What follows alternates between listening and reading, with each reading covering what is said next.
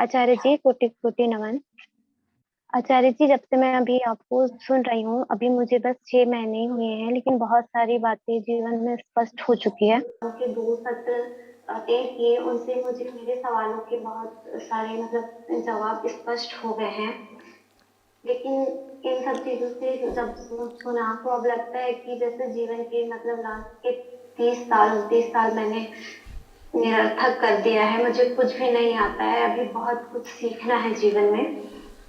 और बहुत सारे बंधनों में अब तक बंध चुकी हूँ, और ये चीज मुझे स्वीकार करने में भी तकलीफ हो रही है कि जिन्हें मैं सुख मानती थी अपने, वो तो मेरे बंधन है। आचार्य जी, मेरा सवाल है कि सही जीवन कैसे जिए। दिन प्रतिदिन की दिनचर्या में जो कचरा मेरे दिमाग में, मन में भरते जाता है, उसको मैं अपने दिमाग से कैसे दूर करते चलूं। मैं खुद को बहुत समझाने की कोशिश करती हूँ और समझा भी लेती हूँ, लेकिन फिर कुछ दिन बाद, कभी कभी तो कुछ घंटों बाद ही फिर से मतलब अपनी वही दुर्दशा कर लेती हूँ उनकी। समझा नहीं पाती खुद को। देखिए, वो जिसको आप कचरा कह रही हो, उसकी आपको पुरानी आदत है। इतनी जल्दी आप अपने आप को रज़ामंद नहीं कर पाएंगी कि उसे वाकई कचरा ही मान लें। तो तरीका ये है कि अपनी दिनचर्या में से ज़्यादा समय उन चीज़ों को दीजिए जिन्हें आप कचरा नहीं मानती हैं। ठीक है? हमारी दिनचर्या में बहुत सारे काम होते हैं, बहुत सारे व्यक्ति होते हैं, है ना? बहुत सारी चीज़ें होती हैं, वो सब एक समान नहीं होती, उनमें अंतर होते हैं।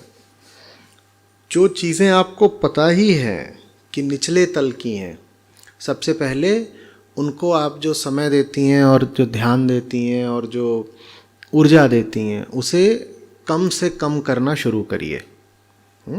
और जो ऊपर वाले हैं, उन पर जो समय है उसको बढ़ाना शुरू करिए। ठीक है? ऊपर वाली चीज़ों पे समय बढ़ाने से ये होगा कि वहीं से पता चल जाएगा कि और ऊपर का क्या है। और जैसे जैसे ऊपर आप बढ़ते जाएंगे, नीचे वाले कामों के लिए आपके पास समय कम पड़ता जाएगा। इसी को मुक्ति कहते हैं। हम हम ऐसे लोग हैं कि हमें मुक्ति भी खुद को धोखा देकर हासिल करनी पड़ती है, क्योंकि खुद की सुने तो हम हमेशा गुलाम ही रह जाएं,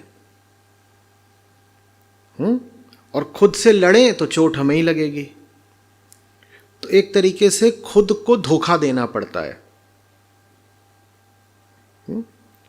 आप अपने आप से ये बोलेंगी, जो आपके मज़े के काम हैं, जिनको आपने सुख कहा अभी, कि सुख वाले काम जीवन में करने ही नहीं है।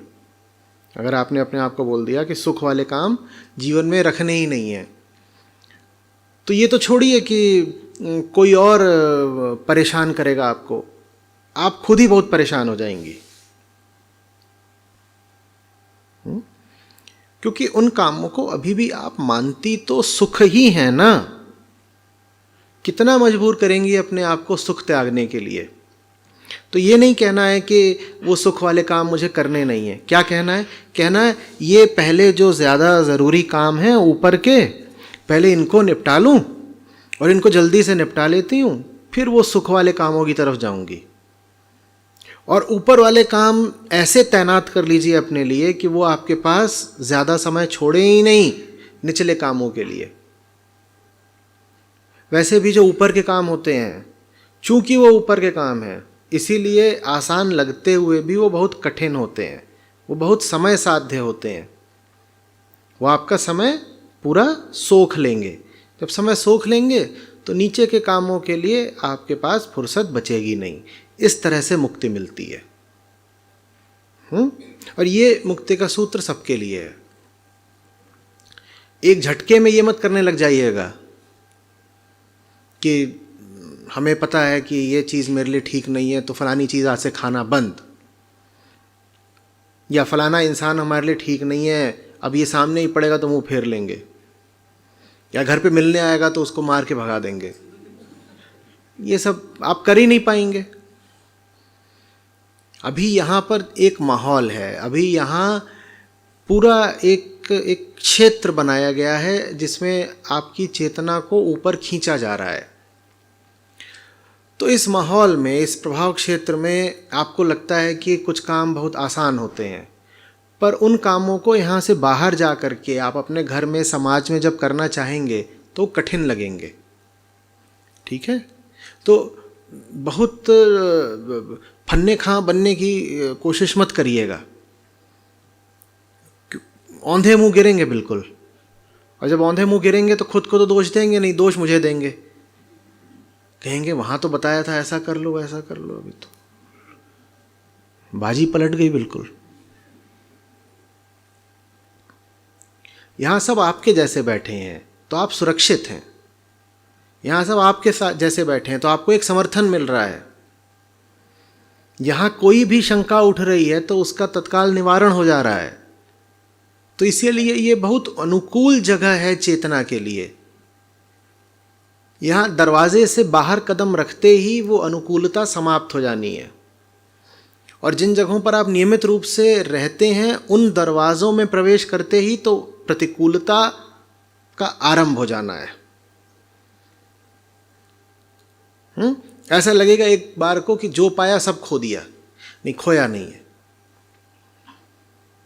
यहां प्रशिक्षण है, अब उसका प्रयोग सावधानी पूर्वक करना है वापस जा करके। और प्रयोग कैसे करना है? ऐसे ही करना है कि अपनी ज़िंदगी में देख लीजिए, चाहें तो लिख लीजिए सूची बना करके कि कौन से काम ऐसे हैं जो वाकई आपको करने चाहिए और कौन से काम ऐसे हैं जो सुख इत्यादि भले ही देते हैं लेकिन हैं तो निचले ही दर्जे के। लिख लीजिए और उनको वरीयता दे दीजिए, 1 2 3 4 5 6 7 8। और फिर अपने आप से बस ये कहिए कि जो ऊपर वाले 3 हैं इनको ज़रा ज़्यादा समय देना है। नीचे वालों कोई बात मत करिए, क्योंकि नीचे वाले बड़े खतरनाक हैं। क्यों खतरनाक है? क्योंकि वो सुख देते हैं। सुख तो नीचे वाले कामों में है ना, ऊपर वाले काम तो कर्तव्य की तरह लगते हैं, जिम्मेदारी की तरह लगते हैं, उनमें मज़ा थोड़ी आता है। तो नीचे वालों की बात नहीं करनी, बल्कि अपने आप को समझा लीजिए कि नीचे वाले तो हम यथावत रखेंगे, नीचे वाले जैसे पहले चल रहे थे वैसे ही चलने देंगे, बस ऊपर वालों का समय बढ़ा देना है। नीचे वाले पूछे हमारा समय, बोलो मिलेगा, बिल्कुल मिलेगा, तुमसे कौन छेड़ सकता है, तुम तो बहुत बढ़िया लोग हो, तुम्हारा नंबर आएगा, बिल्कुल आएगा। बस ऊपर वालों का वजन थोड़ा बढ़ा दीजिए और कह दीजिए कि नीचे जाएंगे, बिल्कुल जाएंगे, एकदम जाएंगे, जाने ही वाले हैं, बस ऊपर वाले काम खत्म कर लें फिर नीचे जाना है। ऐसे और ये कोई अफसोस की बात नहीं है कि 30 साल तक हम सोए पड़े थे, आज पता चल रहा है कि सोए तो पड़े ही थे और अतीत को बदल नहीं सकते, तथ्य को झुठलाना था कैसा। अब ये राहत की बात है और खुशी की बात है कि कम से कम आज पता चल गया कि अभी तक बेहोश थे, यह अफसोस की बात है। कहिए, आपको देख के ऐसा लगा खुशी की बात है।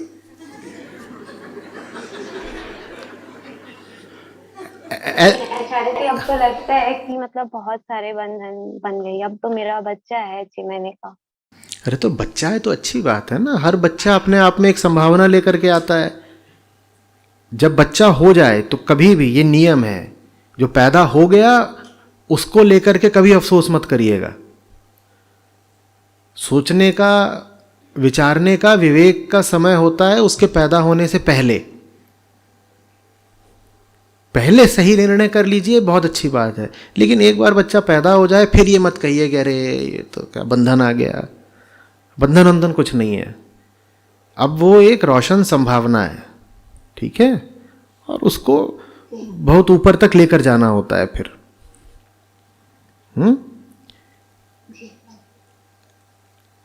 थोड़ा सा आप गौर किया करिए, बीमारी का पता चल जाए ये खुशी की बात होती है, क्योंकि ऐसा तो है नहीं कि बीमारी सदा छुपी रहती, पता तो वो चलती ही, पर जितना विलंब से पता चलती उतना काट खाती।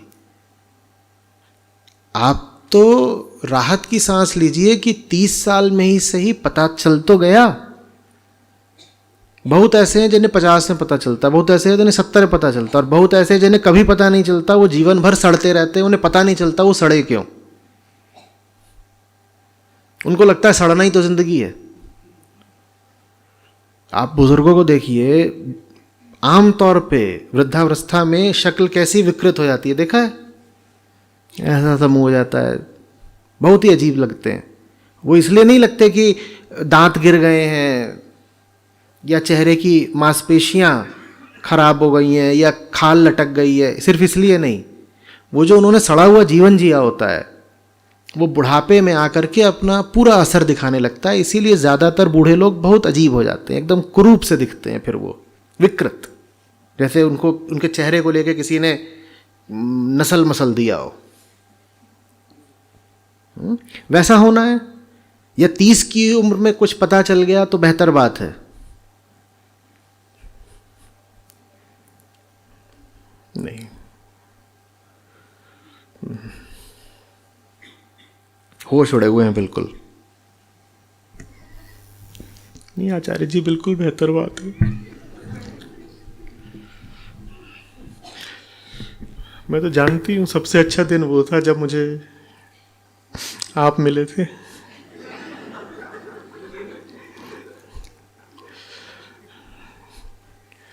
आग लगे यूट्यूब को।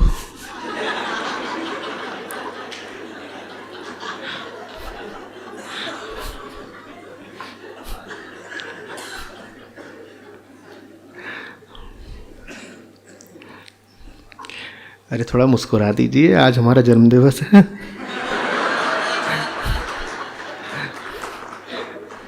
अरे बहुत खुश हूँ मैं कि आप मिले, मैंने आपको सुनना शुरू किया। आप ऐसे खुश होती हैं? अभी बस अपने जीवन से थोड़ा परेशान थी, बहुत। सब परेशान होते हैं, उसी परेशानी के बीच आनंद पाना होता है। ठीक ठीक, अब जो है सो है। जिस भी स्थिति में आप हैं, वो स्थिति तो एक तथ्य है, वो है। अब आपको देखना है कि आगे कैसे बढ़ना है। उस स्थिति के प्रति आप अभी तक अनभिज्ञ थीं, ये कोई अच्छी बात नहीं थी। अब आपको पता चल गया है कि ऐसा है। ठीक, जैसे आप एक कमरे में बैठी हो, उस कमरे में अंधेरा हो और आपका अनुमान ये है कि कमरे में कई प्रकार के पकवान रखे हुए हैं और कमरे में कुछ आवाज़ें आ रही हैं, तो वहाँ आपके सब बंधु बांधव बैठे हुए हैं और कमरे में फूल खिले हुए हैं, गुलदस्ते रखे हैं और तमाम तरह की खुशनुमा चीज़ें कमरे में मौजूद हैं, और ये सब आपका अनुमान है। कमरे में अंधेरा है और तभी कोई आके कमरे में प्रकाश कर देता है और आपको पता चलता है कमरे में क्या है? प्रकाश। प्रकाश तो है, पर प्रकाश में दिखा क्या? गंदगी बहुत है। हाँ, कमरे में कचरा भरा हुआ है। कमरे में अगर गमले रखे भी हुए हैं तो उसमें कुछ सूखे हुए पौधे हैं, कुछ ऐसा कोई हरितिमा नहीं है। जो भी आपकी कल्पनाएं थी कमरे को लेकर के, रोशनी पड़ी तो पता चला कि वो तो नहीं है। और हो सकता है कमरे में कोई खतरे की चीज़ भी हो जो अंधेरे कारण आपको दिख नहीं रही थी। ये अच्छा हुआ या बुरा कि रोशनी आ गई? बहुत अच्छा हुआ ना, आप खतरे से बच गई। हाँ, तो उसमें इतना कोई मुंह लटकाने की बात नहीं है, नहीं है, वाकई नहीं है। सपना टूटने को बुरा नहीं मानते। सपना अगर टूटता है तो आदमी यथार्थ में उठता है ना।